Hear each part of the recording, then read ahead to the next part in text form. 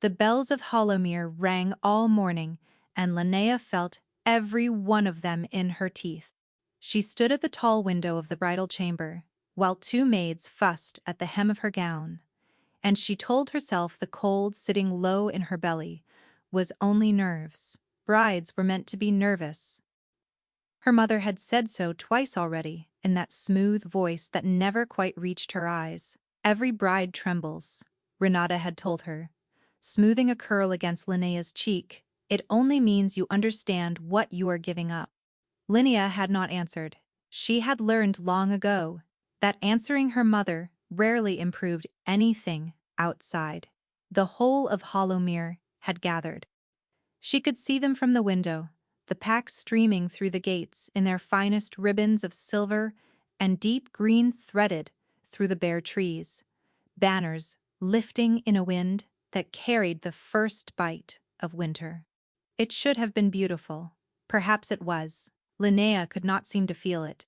Her wolf paced somewhere beneath her ribs, low and restless, the way she had been restless for 3 days now, ever since the first of the wedding guests began arriving through the cold. Something is wrong. The wolf said it without words, only in that pull behind the breastbone. Something is wrong. Something is wrong. Linnea pressed her palm flat to the cold glass and breathed, until the feeling should have passed. It did not pass. It never fully did anymore. There had been a time, years ago, when she had felt the opposite of this, when some deep and certain part of her had been sure of a thing so completely that the rest of the world went quiet around it.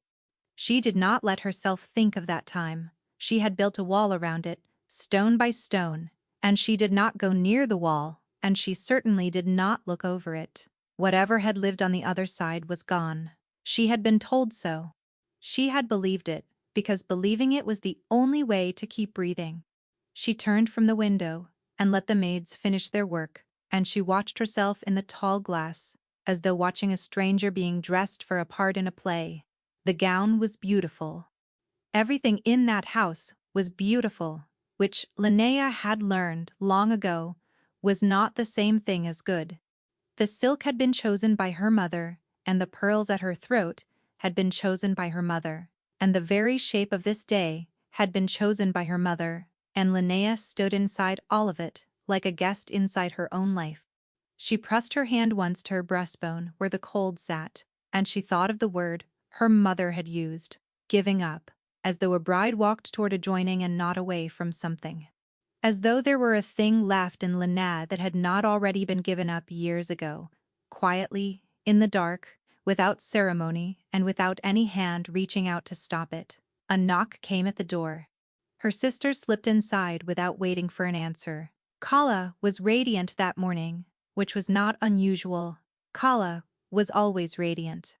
She wore pale rose and her dark hair had been braided with tiny white blooms, and she crossed the room with the easy grace of a woman who had never once wondered whether she belonged in it. She took Linnea's hands in hers and squeezed them, and her smile was warm, and something in Linnea's wolf went very still. "You look frightened," Kala said softly. "Do not be frightened. Today, everything changes." For anyone else, the words would have been kindness. Linnea heard them and felt the cold in her belly deepen, though she could not have said why. She searched her sister's face and found only sweetness there, and she told herself she was imagining the thing beneath it, the way she imagined so many things. "Mother says it is nearly time," Kala went on. She kissed Linnea's cheek, and her lips were cool. Then she was gone in a rustle of rose silk, and the maids were lifting the veil, and there was no more time to feel anything at all. The great hall of Hollowmere had been dressed for a wedding. Winter roses stood in tall silver vases along the aisle. Candles burned in their hundreds, so many that the stone itself seemed to glow, and the whole gathered pack turned as one when Linnea entered, and the low music swelled. She walked between them with her chin level, and her hands folded, and her heart pounding, for reasons that had nothing to do with joy. The faces turned toward her as she passed, and she knew every one of them, and not one of them was looking at her the way people look at a happy bride. There was curiosity in those faces, and a little pity, and beneath, both a kind of held breath, as though the whole pack were waiting to see something and had agreed among themselves not to say what. The roses breathed their heavy sweetness into the warm air until the scent turned thick in her throat. Her wolf paced and paced. Somewhere behind her, a child laughed and was hushed. And still, that low certainty told in, her quiet and relentless, under the music and the candlelight, and the hundreds of watching eyes. Something is wrong. Something here is very wrong. At the far end waited Lucan. He was a handsome man, her groom, tall and fair and well-liked, the son of a family her mother had wanted tied to theirs for as long as Linnea could remember. He was not cruel. He was not kind either.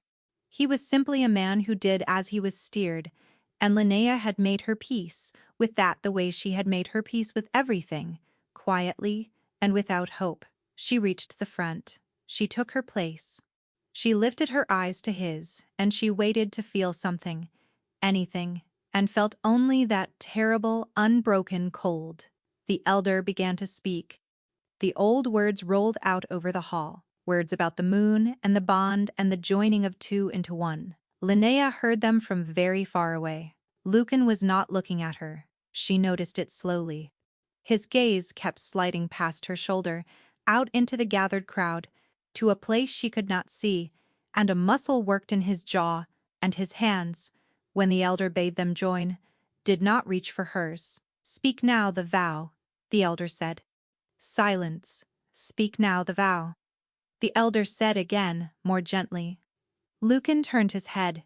He looked at Linnea for the first time since she had entered. Truly looked at her, and what she saw in his face was not love and not even regret. It was resolve. The resolve of a man who has been given a way out, and has decided to take it. "I cannot," he said. The word dropped into the hall, like a stone into still water. Linnea felt the whole gathering go rigid around her. "I am sorry," Lucan said, though he did not sound sorry, only relieved.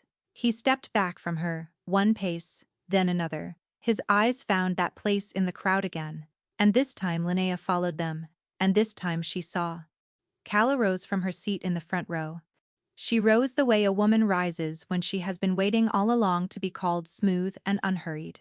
And she walked to Lucan across the open floor in front of the entire pack, and she put her small, cool hand into his. He closed his fingers around it, as though it were the only thing in the room that had ever made sense to him. "It is Calla," he said. "To the elder, to the hall, to all of them. It has always been Calla."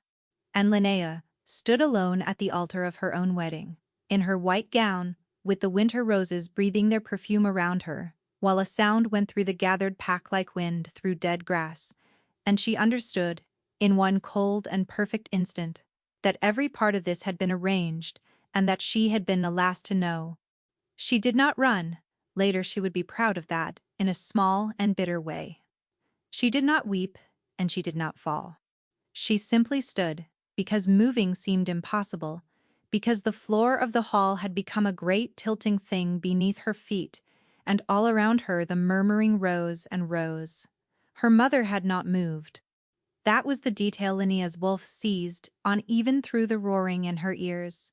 Renata sat perfectly composed in the front row with her hands folded in her lap, and her face arranged into an expression of gentle sorrow, and she was not surprised. Not the smallest part of her was surprised.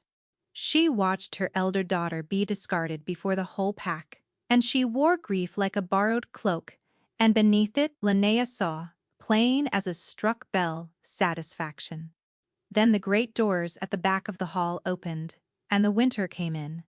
It came as cold air and gray light, and the scent of pine and iron and snow, and it came as a hush that fell over the pack far deeper than the one before, because this hush was made of fear.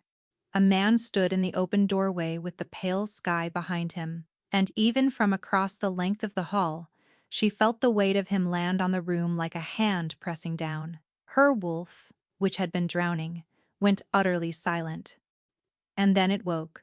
The stranger walked into the hall of Hollowmere, and the crowd parted from him without being asked, folding back on either side, heads bowing as he passed. He was tall and dark, and plainly dressed for a king. No crown, no gold, only the bearing of a man who had never in his life needed either. His eyes moved over the scene, the abandoned bride, the joined hands, the roses, and they came to rest on Linnea, and they stayed. Something struck her, in the center of the chest, not a memory. She would not permit a memory. Only a blow, sharp and soundless. From behind the wall, she never looked over. He stopped a few paces from the altar. He did not glance at Lucan, or at Kala. He looked only at Linnea, and when he spoke, his voice was quiet, and the whole hall heard it. Anyway, I am told a vow was meant to be spoken here today, he said. He inclined his head, grave and unhurried, as though the hundreds watching did not exist. It seems the first one has gone unwanted. He held her eyes. Then may I have the next vow? For a moment no one in the hall breathed. Linnea could not have spoken if her life had depended on it. The cold that had filled her since morning had cracked straight down the middle, and through the crack came something she had spent years starving into silence, and it frightened her far more than the humiliation had. She knew this man. Every drowned instinct in her body knew him, and she did not know him at all, because she had made herself forget the shape of the one face she had sworn never to think of again. And now here it was, wearing winter, asking her for a vow. Do not, she told herself. Do not, do not, do not. Around her, the hall had begun to stir, a low tide of whispers rising along the benches, pack members leaning to one another, hands lifted to mouths. She could feel the story being born in real time, passing mouth to mouth faster than any truth could travel. The jilted daughter, the stranger king, the question none of them could answer and all of them could see. And through all of it, the king simply stood, unhurried, patient as stone, his eyes never once leaving her face, as though the crowd and the whispers and the ruin of the morning were only weather he had decided to ignore. No one had ever looked at Linnea like that, as though she were the one fixed point in a turning room, as though she were not the leftover of the day but the whole reason for it. It was Renata who broke first. Her mother came out of her seat, in a rush of dark silk, all the practiced sorrow gone from her face, and what replaced it was so raw that several of the nearest pack members drew back from her. It was not outrage. Linnea, watching through her daze, saw it clearly, and could make no sense of it. Her mother, who feared nothing, who had bent every soul in Hollowmere to her will for 30 years, looked at the stranger in the doorway with open animal fear. "Your Majesty," Renata said, and her voice was not steady. "This is a private matter of my house. You honor us beyond our worth, but there has been some mistake." The Alpha King of the Iron Moon did not as much as look at her. He kept his eyes on Linnea, and a faint line appeared between his brows, as though he were reading something written on her face, in a language he had once known by heart, and had been told he had imagined. "There is a mistake," he agreed softly, "but it is not mine, and it is not new." Renata went the color of old ash. Linnea saw her sister's hand tighten in Lucan's. She saw the elder look between the king and her mother with dawning alarm. She saw 100 faces turned toward her, hungry and uncertain, and she understood that whatever was happening had roots that ran back years into ground she had walled off and salted and sworn never to dig. "Who she is, to you," someone whispered near the front, not meaning to be heard. "Who is that woman to the Alpha King?" No one answered. The king did not answer. Her mother, who always had an answer, said nothing at all, and her silence was the loudest sound in the hall. The elder who had meant to marry her stood forgotten at the altar, with his book still open in his hands, looking from the king to Renata and back again, plainly aware that something far larger than a broken match was moving through his hall, and that he had no words in any right for it. Calla had gone very quiet at Lucan's side. The triumph had drained out of her pretty face, and left something wary behind it, something that kept glancing at their mother for instruction and not finding any. And Linnea, who had spent her whole life being the one who watched and understood and said nothing, understood this much at least. Whatever this was, her mother had not planned for it. Her mother had planned for everything. And she had not planned for him. And Linnea, standing abandoned in her wedding gown, with the whole of Hollowmere watching, felt the first stone come loose from the wall she had built, and behind it, faint and terrible, the memory of a voice she had ordered herself to bury saying her name as though it were the only word worth speaking. The Alpha King did not press her. That was the thing Linnea would remember afterward, when she tried to understand what kind of man walked into a woman's ruin and asked her for a vow. He saw that she could not speak. He saw the whole hall leaning in to feed on whatever came next. And instead of forcing the moment, he stepped back and bowed his head to her, the way a man bows to a queen, and he said that he would not take an answer given in front of a crowd, because an answer worth having was never given in front of a crowd. Then he turned and walked out the way he had come, and the winter went out of the hall with him, and the great doors closed, and Hollowmere erupted. Her mother moved before the echo had died. Within moments Renata had the whole thing in hand, the way she had every disaster in hand, steering the elders toward the side chambers, murmuring to the pack that the poor bride was overcome, that the family begged their understanding, that all would be explained in time. She was magnificent at it.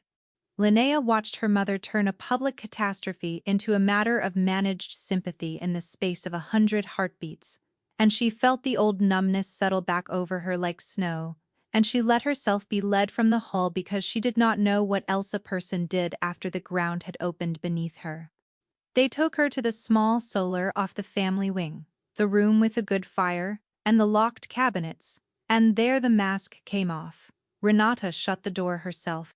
She stood with her back against it for a moment, and when she turned around, the gentle sorrow was gone, and what remained was something Linnea had seen only rarely in her life, and never without cause to be afraid.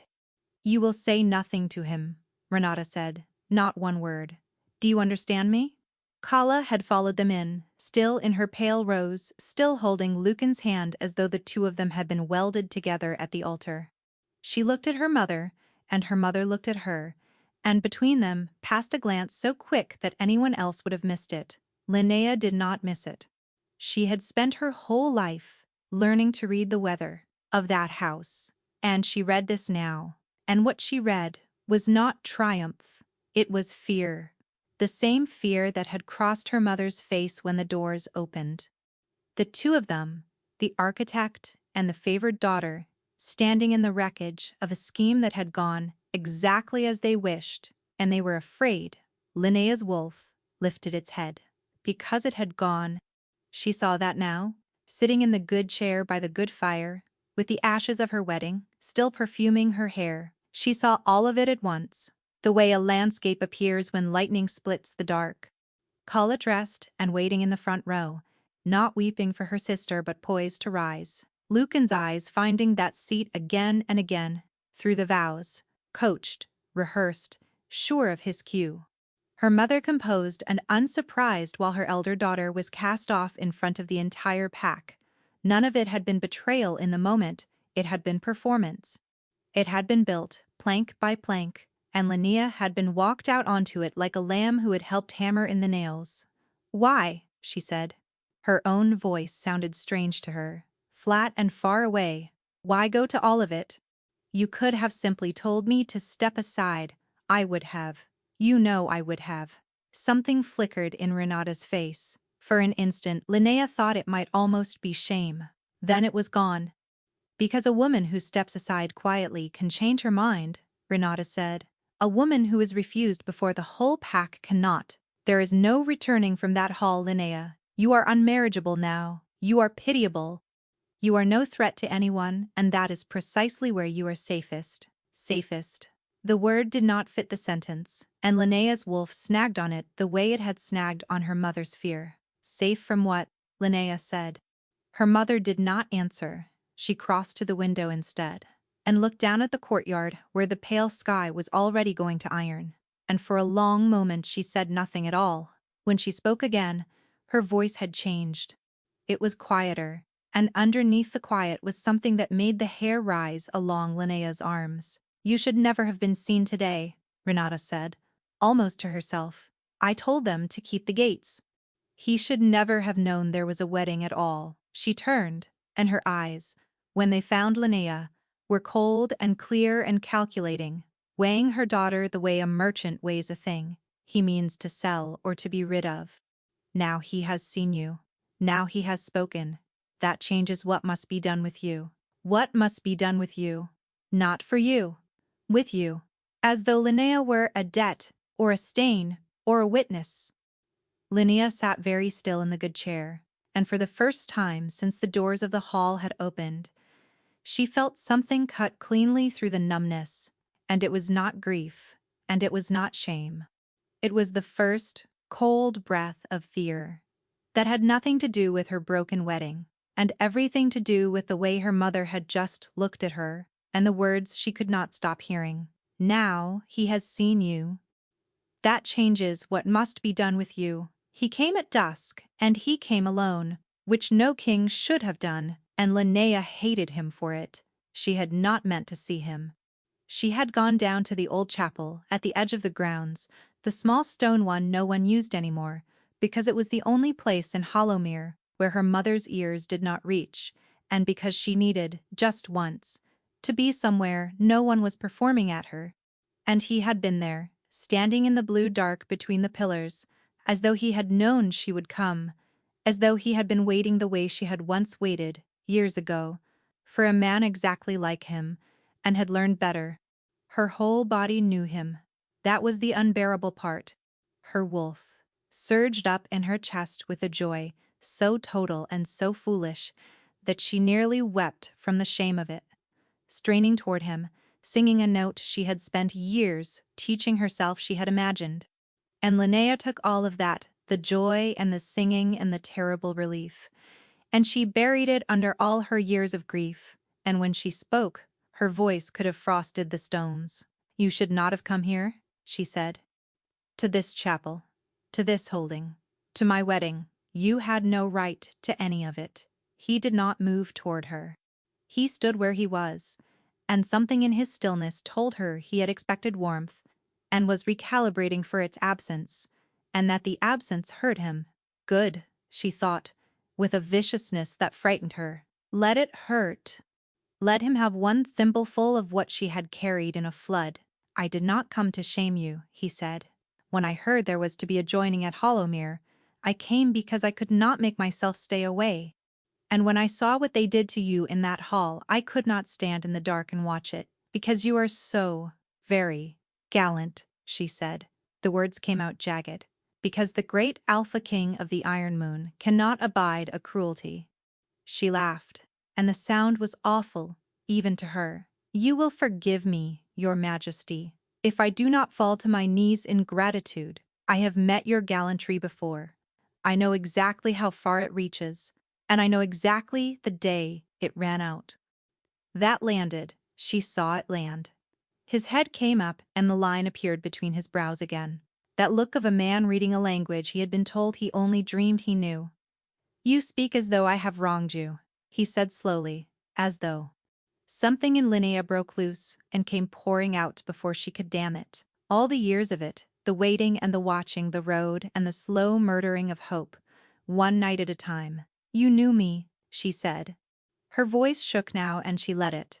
"Do not stand there and pretend at confusion. You knew me, and you swore to me, and then you were gone, and you never once looked back. I waited. Moon above, I waited. Like a fool, like a child, until my mother sat me down and made me understand what you had done, that you had thought better of it, that a plain girl from a lesser holding was a diversion and nothing more, that you had chosen your kingdom and your crown and forgotten there had ever been a bond at all. So do not ask me for a vow. You had my vow once, you threw it away." The silence after that was so complete she could hear the wind moving over the chapel roof. And Emmerich, of the Iron Moon, looked at her, across the blue dark, and his face had gone white and strange, and when he finally spoke, His voice was very low, and every word of it struck her like a stone dropped into deep water. "Is that what they told you?" he said. "That I left you." He took one step toward her, and there was something terrible waking in him, something that made the shadows in the chapel seem to lean. "Because they told me, Linnea, that you were the one who could not bear it, that you had chosen another, and begged to be released, and wished never to see my face again." He stopped. His breath was ragged. "For 6 years, I have grieved you. And for much of that time, I believed you had chosen to walk away from me, and you have spent those same 6 years believing that I walked away from you." The cold in Linnea's chest did something it had not done in years. It cracked. 2 people. 2 griefs. The same long years spent facing in opposite directions, each certain of the other's betrayal, and between them, in both their tellings, the same single hand. She did not say the name. She did not have to. They said it together in the same breath, without meaning to, and it fell between them in that ruined chapel like a blade coming down. "My mother, she did not sleep that night, and near dawn her brother found her. Tubin was 7 years old and small for it, all knees and dark eyes and an unruly cap of hair. No comb had ever won a fight with, and he was the one clean thing in that house, the one soul in Hollowmere who had never learned to perform. He slipped into her chamber the way he always did when the world frightened him, without knocking, and climbed onto the end of her bed and sat there hugging his knees, watching her with the grave attention children give to grief they cannot name. "You did not eat," he said. "Cook made the honey bread, and you did not come, and everyone was whispering, and mother sent me to bed early." He frowned at his own knees. "I do not like it when they whisper." Linnea drew him against her side, and he came willingly, and for a while she just held the small warm weight of him and let it steady her. "I do not like it, either," she said. Tobin was quiet a moment. Then, in the artless way of children who have overheard more than anyone intended, he said, "Is it because of the man, the one who came in the door and made everybody go quiet?" He picked at a loose thread on the blanket. "Mother was scared of him, I saw. She had the same face she had when the gray letters came." Linnea went still. "The gray letters," she said, carefully keeping her voice soft, keeping it easy, the way you keep your hand steady around a bird that might startle. "What gray letters, sweetheart?" Tubin shrugged, pleased to be asked, unaware he was handing her anything. "The ones that used to come," he said. "When I was little, a man on a gray horse would bring them, with the wolf pressed in the wax. The running wolf, not our wolf, a different one. And mother would take them and be nice to the man, and then, when he rode away, she would go into the solar and burn them in the fire. Every one." He looked up at her, earnest and certain. "She thought no one saw, but I saw. I was under the table with my soldiers, and she never looked under the table." He said it with the plain pride of a child who has kept a secret, well, not knowing it was a secret worth keeping. Linnea sat very still, afraid that any movement might remind him to stop talking. The gray letters, she had never once heard of them. For 6 years she had believed no word had ever come, that the silence had been complete, that the road had simply stayed empty until she stopped watching it. And all the while, the words had been arriving, season after season, into this very house, into her mother's own hands, and going straight into the fire before they could ever reach the window where she waited. The room had gone very quiet around them. Linnea could hear her own heart. "How many?" she said. Her voice did not sound like her own. "How many letters?" "Tobin." "Over how long?" "Lots," he said simply, spreading his small hands as though the number lived somewhere between them, for a long time. And then one day a different man came, not the gray one, a tired one, and he and mother talked in the solar for a long time with the door shut, and after that no more letters ever came. He tipped his head, remembering. Mother was happy that night. She and Calla drank the good wine and laughed. "And, once," he added, warming to the memory now, "once I asked mother who the letters were from, because the running wolf in the wax was so fine, and I wanted to draw it. And she took my chalk away and told me there were no letters, and there had never been any letters, and if I spoke of them again I would be sent to bed without supper for a week. So I never spoke of them again. He shrugged, the whole weight of it meaning nothing to him. But I remembered the wolf. He looked up at his sister, and something in her face made his own crumple with worry. Linnea, why are you crying? Did I do a bad thing? I did not do a bad thing, did I? But Linnea could not answer him, because she was staring over her little brother's head at the gray window and the breaking dawn, and behind the wall she had built stone by stone, and salted and sworn never to dig, something enormous was beginning to move, and every letter her mother had ever fed to the fire was burning in her now, all at once, and far too late. By midday, her mother had decided what to do with her. Linnea was summoned to the solar and told, in the warm and reasonable voice Renata used when she was at her most dangerous, that the events of the wedding had clearly broken something in her, that grief of this kind was not a thing to be borne in public where the pack could peck at it, and that she would therefore be going to rest and recover at Fenwold, the old holding in the high north where the family kept its winter herds. It was quiet there. It was remote. It was, Renata said, exactly what a wounded girl needed. She would leave at first light with an escort of the household guard and stay as long as her health required.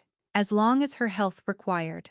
Linnea sat with her hands folded and heard the sentence for what it was. Fenwold was 3 days of hard riding into country where the snow came early and the roads closed behind you, and no messenger on a gray horse would ever find his way. People went to Fenwold to be forgotten. Some of them, she thought, keeping her face empty, did not come back at all. Kala was there, of course, draped in the window seat, watching her sister with the lazy satisfaction of a cat. "It is for the best," Kala said. "Truly, sister. You are never suited to all this attention," she smiled. "And the king will lose interest soon enough. Men like that always do. Once the novelty is gone, by spring no one will even remember your name."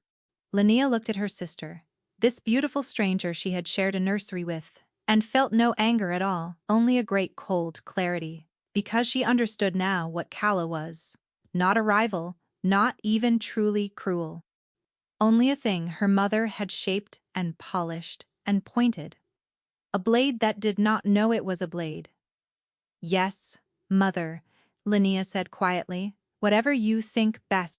And she watched the wariness leave her mother's face, watched Renata decide the danger had passed, and she thought, with a calm that surprised her, "You taught me to lie by making me watch you do it my whole life. She will believe me because she needs to. That is the crack. That is where I go in." She bowed her head like a broken thing, and let them think they had won. And all the while, behind the meek and lowered eyes, she counted the hours until the house would sleep. That night, the household went to its beds early, wrung out by the day's scandal, and Renata set 2 of the guard at the foot of the family stair, which she had never once done in Linnea's lifetime. Linnea marked them from her window. She marked, too, the single rider who left by the east gate at dusk and did not return, and she understood her mother had sent word ahead to Fenwold, and that whatever waited for her there was being made ready. She had until dawn. Tobin came to her again after the candles were doused, slipping past the guards because no one watches a child, and she almost sent him away for his own sake and then did not, because she needed him, and because he was already braver than anyone else in that house. "Where does mother keep the things she does not burn?" she asked him, kneeling so they were eye to eye. "The important things. The things she locks away."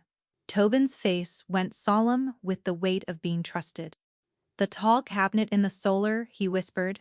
"She wears the key on a chain under her dress, always, even sleeping." He chewed his lip. "But there is a little key, too, for the drawer inside.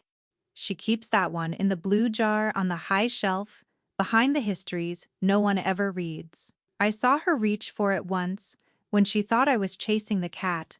Linnea took her brother's face in both hands and kissed his forehead. "You are the best of all of us," she told him, and meant it more than she had ever meant anything. "Now go back to bed, and whatever you hear tonight, you stay there, and in the morning you know nothing. Promise me." He promised. He always promised.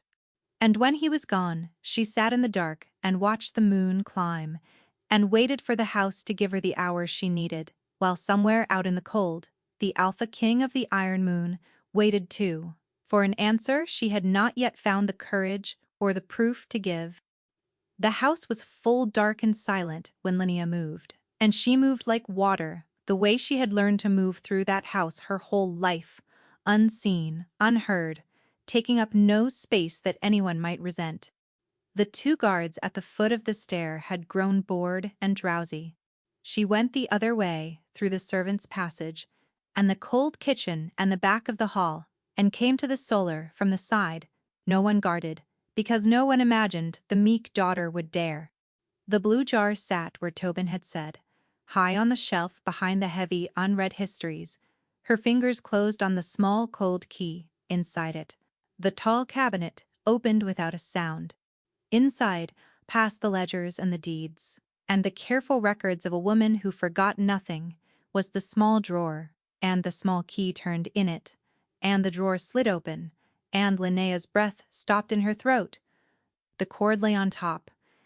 She knew it the instant she saw it, and the knowing went through her like a blade, drawn slowly a length of braided silver and green frayed now, softened by years, the little bindings at each end worn thin.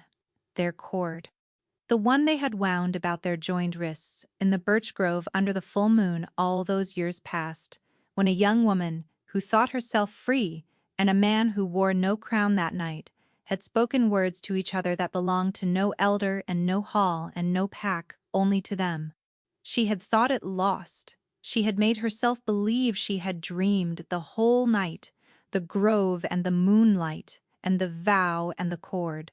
And here it was, real in her hand, kept, hoarded, locked in the dark by the woman who had spent all this time swearing none of it had ever happened. Beneath the cord lay a folded paper. Linnea drew it out with a shaking hand. "You always did creep well." Linnea turned. Her mother stood in the solar doorway with a candle in her hand, and the flame lit her face from below, and there was no mask left on it at all. Renata looked at the cord in her daughter's fist, and the paper in her daughter's fingers, and whatever she had been going to say died, and something older and uglier took its place. "Put those back," she said. "You kept it," Linnea said. Her voice did not shake now. All of it. She lifted the cord. "This." She lifted the paper. "Whatever this is, you told me none of it was real.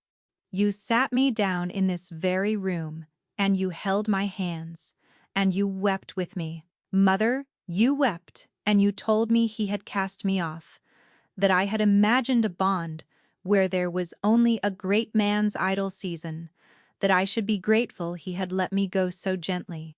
And all the while you had our vow locked in your cabinet, like a stolen coin." "I did what any mother would do," Renata said, and her voice rose. "I saved you.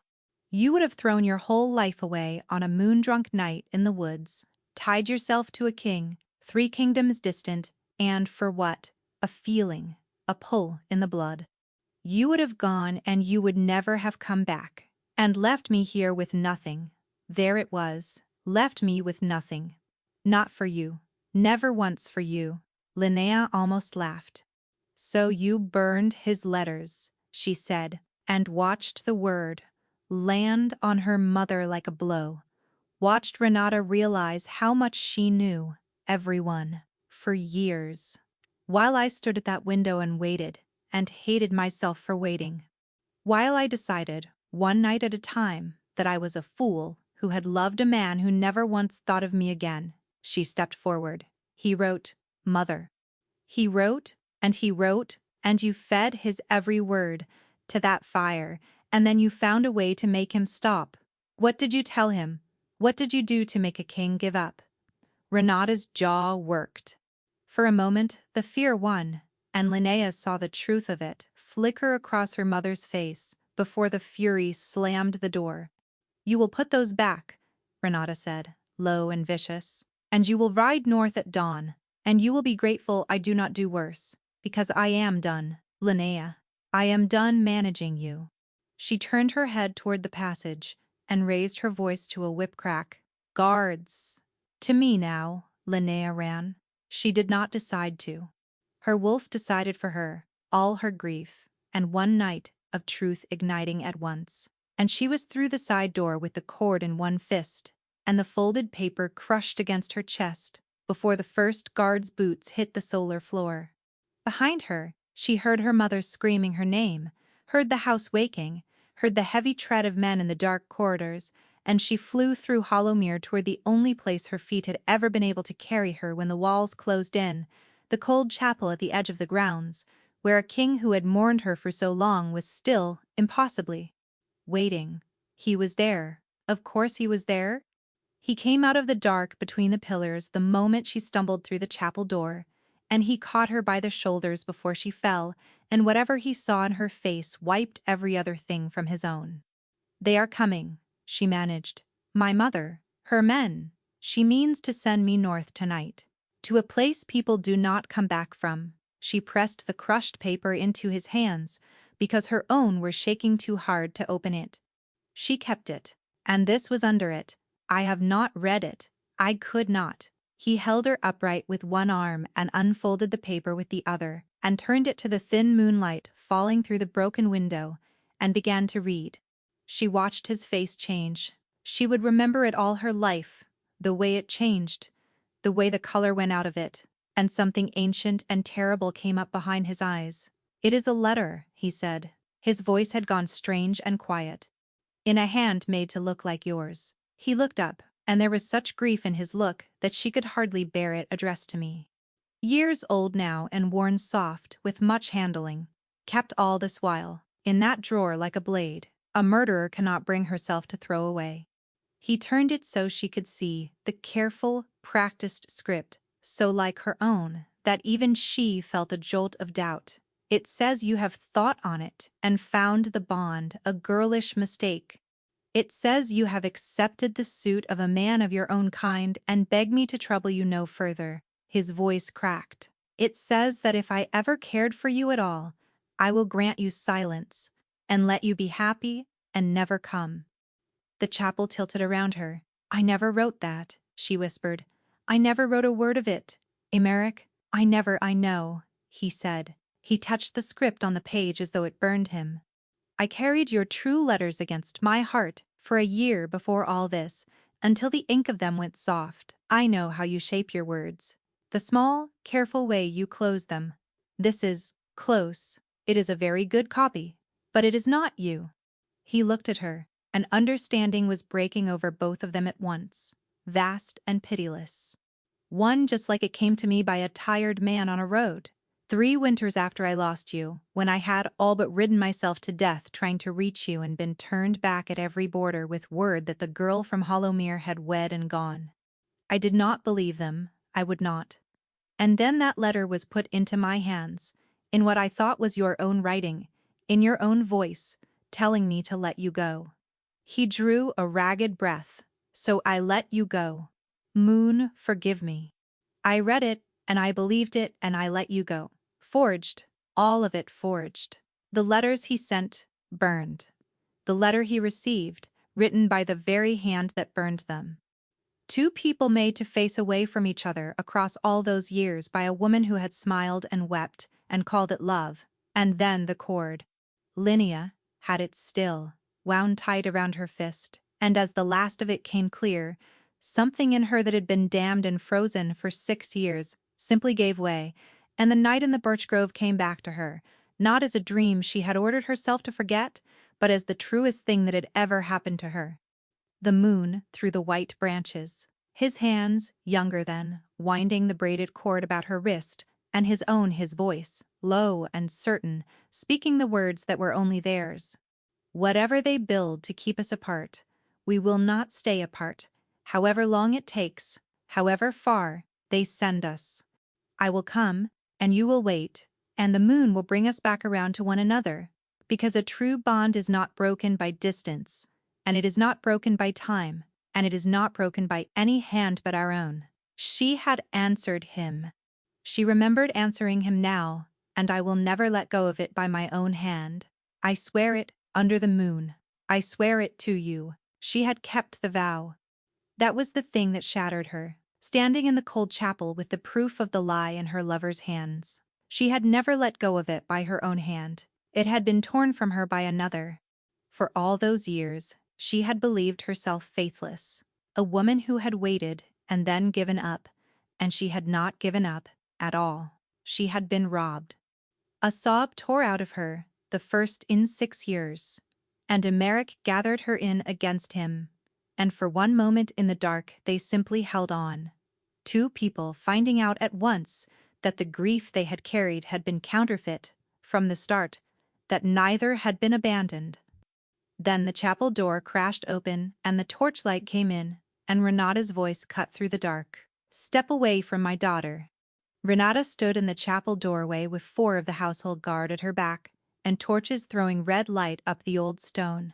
And for a moment the sight of the Alpha King of the Iron Moon with her daughter in his arms seemed to check even her. Only for a moment. "Step away," she said again. "This is my holding, and my blood, and my affair.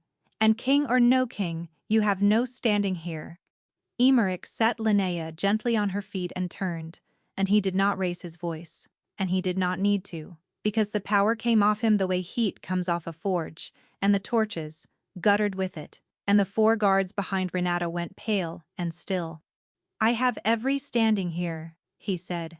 "This woman is my mate under the moon, bound to me by a vow you have spent all these years trying to cut." He lifted the forged letter, "Forged by your hand." He lifted his eyes. "Here, now before these men, or I will take you to the Iron Moon and let my elders open every ledger in your cabinet, and I promise you they will be less gentle than I am."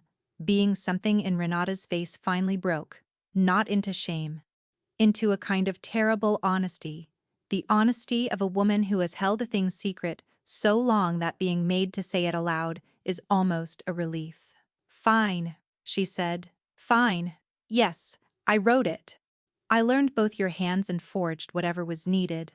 His to convince you he had gone cold, yours to convince him you had gone." She lifted her chin. "He came for you. That is what you never knew. Your king came for you in the flesh. That first winter rode to my gate half frozen and demanded you, and I stood on my own steps and told him you had wept with relief when the match was broken, that you were promised elsewhere, that the kindest thing he could do was go. And he went." She smiled, thin and bitter. "Men are so easily ruined by the fear that they are unwanted." Linnea heard it and felt the floor of the world drop away. He had come, in person, to that gate, and her mother had turned him from it with a lie, while Linnea slept 100 paces distant, dreaming of the road. "Why?" Emeric said. The single word shook the stones. "Because she was worth more to me here," Renata said.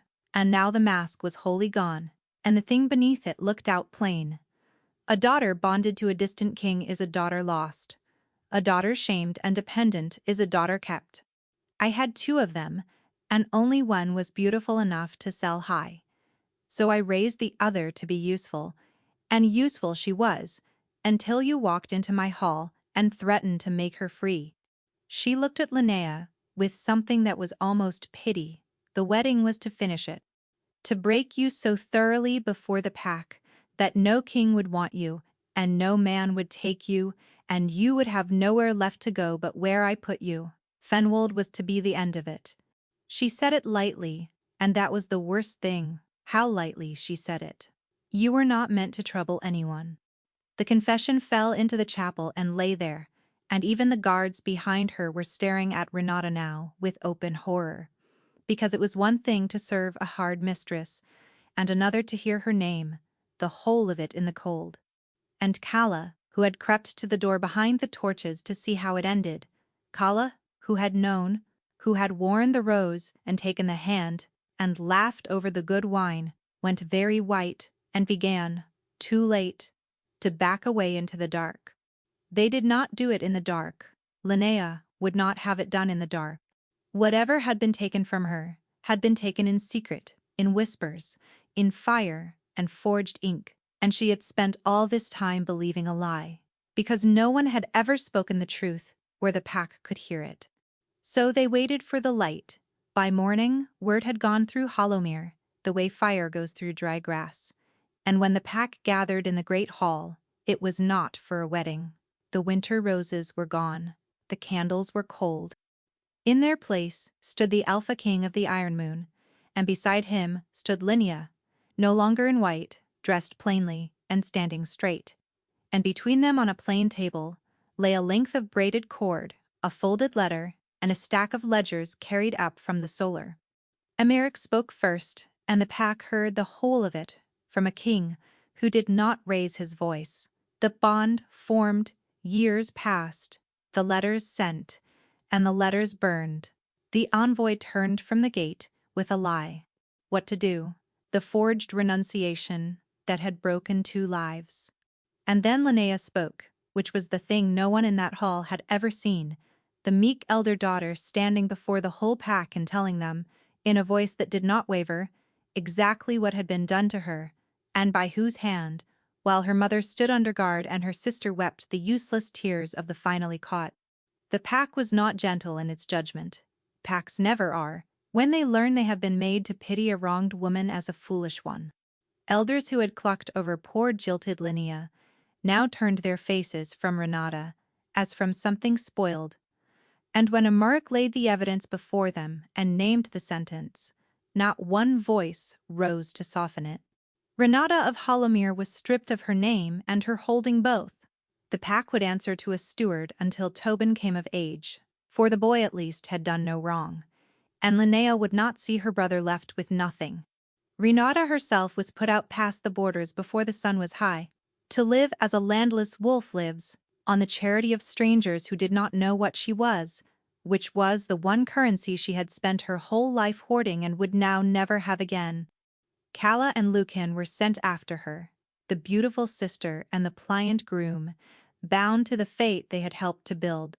If there was any justice in it larger than the moment, it was that the 3 of them would have only each other now, and each other was exactly what they deserved. And when it was done, Emeric did not turn to Linnea and claim her before the pack, though every soul in the hall plainly expected it, though it would have been the easiest and most kingly thing in the world. He only looked at her and inclined his head, the same grave bow he had given her in the wreckage of her wedding, and said, so quietly, it was almost only for her, when you are ready, and not one moment before, you know where I will be. Then he left her the morning and the hall and the choice, and that, more than any sentence passed on any guilty soul, was the thing that told Linnea how wrong she had been about him for so very long. She watched the exiles go from the steps of the hall, and she waited to feel triumph, and did not. What she felt instead was quieter and larger. It was the feeling of a great wrong finally set into the light, of a lie that had shaped her whole life, named at last for what it was in front of everyone, so that no one could ever again make her believe she had imagined it. Her wolf, which had spent all those years grieving in the dark, lifted its head in the clean cold morning, and, for the first time she could remember, was still, not broken, not waiting, only still, the way the woods go still after a long storm has finally passed over and moved on. It was enough. It was not everything, but it was enough to stand on. He did not go back to the Iron Moon. A king with a kingdom waiting has 1,000 reasons to ride home, and Emeric ignored every one of them. He took rooms at an inn a half-day's ride from Hollowmere, in a market town where no one knew his face, and he sent Linnea one message to tell her where he was, and then he did the hardest thing a man like him could do. He waited. Not the way she had once waited, in grief and diminishing hope. He waited the way a person waits who has decided the other's freedom matters more than his own longing, and who means to prove it however long it takes. Linnea did not go to him that week. She had years of her own stolen life to walk back into first. She stayed at Hollowmere while the steward settled the holding, and she slept, truly slept, for the first time in longer than she could name, without one ear turned toward a road. She sat with Tobin in the mornings and taught him his letters, and did not once tell him to be quiet or to be small. She walked the grounds as a free woman walks them, and some days the grief came up out of nowhere and took her legs from under her. All those stolen seasons, a whole young womanhood spent mourning a lie, and she let it come, because she had learned what happens to grief that is locked away and refused, and she would not do that to herself ever again. She let it move through her, and each time it left a little more of her behind, whole. It was Tobin, in the end, who could not stand it. "Why do you not go to him?" he demanded one evening, planted in front of her with his fists on his hips, outraged on her behalf. "He is right there. He waited and you waited, and Mother made you both sad for no reason. And now, nobody is even doing anything about it." His lip wobbled. "You are always waiting. I do not want you to wait any more." And Linnea, who had steeled herself against a king's patience, and her own longing and the whole careful case for taking more time, found she had no defense at all against her little brother telling her, plainly, that she had waited long enough. She rode out the next morning. He was in the stable yard of the inn when she came, in his shirt sleeves, seeing to his own horse like any common wolf, and when he looked up and saw her, he went very still, the way he had gone still in the chapel, the way she was beginning to understand he always went still when something mattered too much to risk breaking. She dismounted. She crossed the yard to him, and she saw him school himself, not to hope, not to presume, not to reach for the thing he had reached for once before and lost. So she reached first. She had brought the cord. She took his hand there in the muddy yard, in the plain morning light, with no moon and no elders and no hall. Nothing sacred about the setting, at all except the two of them. And she wound the braided length of silver and green about his wrist, and her own the way he had done it all those years before in the birch grove, and her hands did not shake. "You asked me for the next vow," she said. Her voice was steady. "In my mother's hall in front of everyone, when I had nothing left, you asked, and I could not answer you then, because I did not yet know that I had never stopped being yours." She tightened the cord. "I know it now, so I am answering, not because you saved me, not because I am grateful, because once under the moon, I swore that no hand but my own would ever let you go, and no hand but my own is going to take you back." She looked up at him. "This time it is my hand. This time it is my choosing." For a moment he could not speak. Then Emmerich of the Iron Moon, who ruled a kingdom and feared nothing, bowed his head over their bound wrists, and she felt him shake. And when he finally looked up, his eyes were wet, and he was smiling as though the sun had come up inside him. "It will not be simple," she warned him, even then even smiling back, because she had promised herself she would never again pretend a hard thing was easy. 6 years does not close like a door.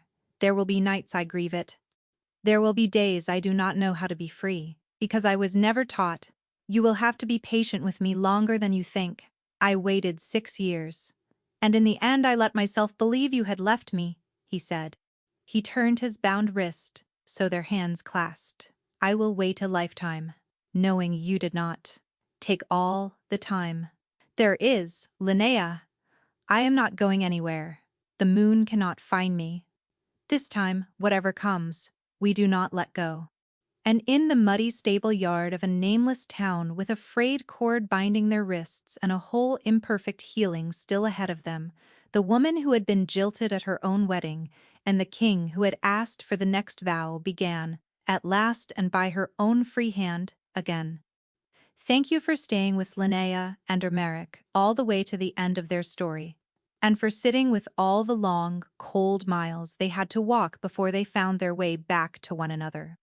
If this tale of a stolen bond and a love that refused to stay buried moved something in you, take a moment to like this video and to subscribe to the channel and ring the bell so the moon can always guide you back to the next story. And before you go, I would love to know where in the world you are listening from tonight. Leave your town, your country, or just the color of your evening sky in the comments below, because nothing makes this little corner of the woods feel more like a pack than seeing how far all of you have traveled to gather here. Until the next tale, be gentle with your own heart, hold close the ones who would cross 3 kingdoms to reach you, and may the moon light every road that leads you home.